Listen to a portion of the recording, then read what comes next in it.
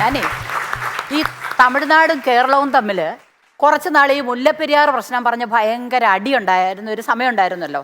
അതുപോലെ ഞാനും തമിഴ്നാടും തമ്മിൽ ഒരു അടിയുണ്ടായി.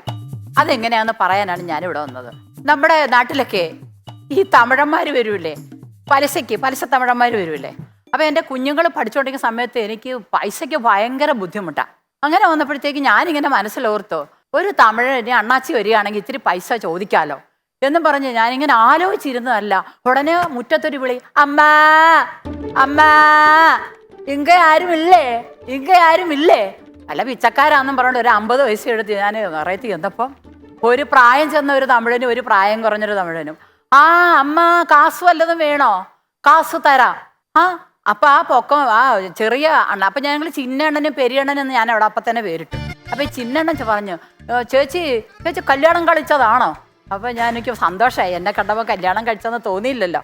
അപ്പൊ ഞാൻ പറഞ്ഞു, ആ കഴിച്ചതാ. ചേച്ചിയുടെ കണവനെങ്കെ? അപ്പൊ ഞാൻ ആ കണവൻ പറഞ്ഞാൽ കാശ് തരാം. ഓ പെട്ടു. എന്താന്ന് വെച്ചാൽ വീട്ടിലെ പുള്ളിക്കാരൻ ജോലിക്ക് പോയി വന്നാൽ 1 മാസം കഴിഞ്ഞ് വരത്തുള്ളൂ. എനിക്കാണെങ്കിൽ പൈസ അത്യാവശ്യം. അപ്പൊ ഞാൻ പറഞ്ഞു, ഒരു കാര്യം ചെയ്യും, ഒന്ന് കറങ്ങിയിട്ടൊക്കെ വാ, അപ്പോഴത്തേക്ക് എൻ്റെ കെട്ടിയവൻ ഇവിടെ ഉണ്ടാവും. അങ്ങനെ അവര് കറങ്ങാൻ പോയി. ഞാൻ എന്ത് ചെയ്തു, എനിക്ക് എങ്ങനെയും പൈസ കിട്ടിയേ മതിയാവും. ഞാൻ റോഡിലേക്ക് പോയി നിന്നു. 1, 2, 3 പേര് ആണുങ്ങൾ വന്നിട്ട് എനിക്ക് അത്ര മാച്ചല്ല. 4ാമത് ഒരാൾ വരുന്നു, ഒരു തറവാടി. അയാൾ വന്നു കഴിഞ്ഞപ്പോൾ ഞാൻ ചോദിച്ചു, ചേട്ടാ ഒന്ന് നിൽക്കണേ. എന്താ ചോദിച്ചു? അതെ, കുറച്ച് നേരത്തേക്ക് എൻ്റെ ഭർത്താവാകാൻ പറ്റുമോ? പുള്ളിക്കാരൻ എന്നെ അടിമുടിയെന്ന് നോക്കുക. ഇതെന്താ ചങ്ങലക്കിട്ടോ അല്ല ചങ്ങലയെ പൊട്ടിച്ചിട്ട് വന്ന വല്ല പ്രാന്തിയാണോ? നോക്കി ഞാൻ കാര്യങ്ങളൊക്കെ പറഞ്ഞു. ചേട്ടാ ഇങ്ങനെ മാതിരിയാ കാര്യം. ഉടനെ അയാൾ പറഞ്ഞു, ശരി ഞാൻ സമ്മതം. അങ്ങനെ റോഡിൽ വെച്ച് ആർഭാടവും കൊട്ടും കൊരവയൊന്നും ഇല്ലാതെ എൻ്റെ 2ാം കെട്ട് കഴിഞ്ഞു. അങ്ങനെ ഞാൻ എൻ്റെ ഡ്യൂപ്ലിക്കേറ്റ് ഭർത്താവായിട്ട് ഞാൻ എൻ്റെ വീട്ടിലേക്ക് നടന്നു വരുമ്പോണ്ടല്ലോ, ഈ പുള്ളിക്കാരൻ എന്നെ ഒന്ന് മുട്ടാനും ഒന്ന് ഉരുമാനും ഭയങ്കര ഒരു മോഹം. ഞാൻ ഒരു ആളത്ര വെടിപ്പല്ലല്ല, നമ്മുടെ ചാന്തുകൂട്ടിലെ ദിലീപ് പറയുന്ന പോലെ ആളത്ര വെടിപ്പല്ലെന്നേ മനസ്സുകൊണ്ട് പറഞ്ഞു.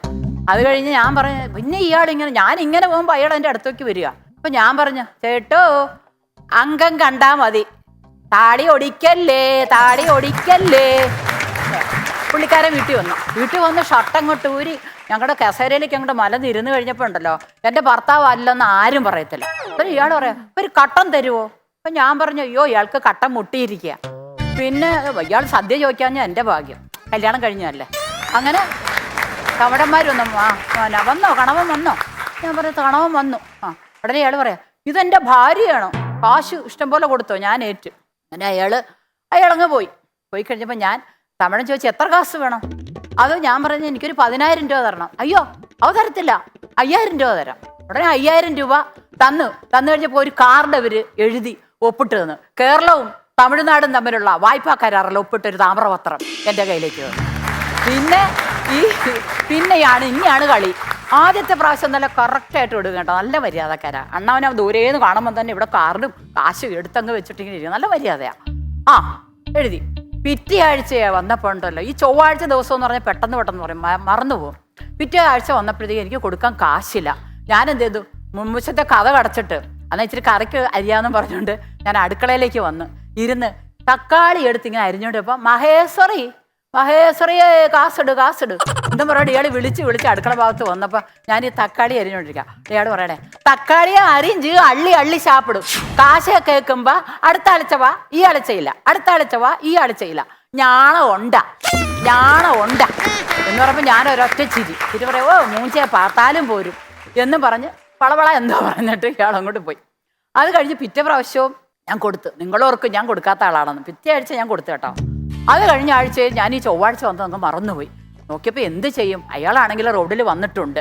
ഞാൻ വേഗം തന്നെ ഓടിപ്പോയി ഇച്ചിരി കൺമഷി എടുത്തു, ഇവിടെ എഴുതി ഒരു പൊട്ട തൊട്ടു, ഒരു ഇച്ചിരി കുങ്കുമം അങ്ങോട്ട് കലക്കി ചുണ്ടിലും അങ്ങോട്ട് വെച്ച് ചെറുപ്പക്കാരിയായിട്ട് ഞാൻ ഒരുങ്ങി മോളുടെ ഒരു മിടിയും ടോപ്പും എടുത്തിട്ട് അവിടെ അങ്ങ് ഇരുന്നപ്പോൾ ഇയാൾ പതിവ് പോലെ വിളിച്ചോണ്ട് വന്നപ്പോഴത്തേക്ക് എന്നോട് ചോദിച്ചു, മഹേശ്വറി ഇല്ലേ?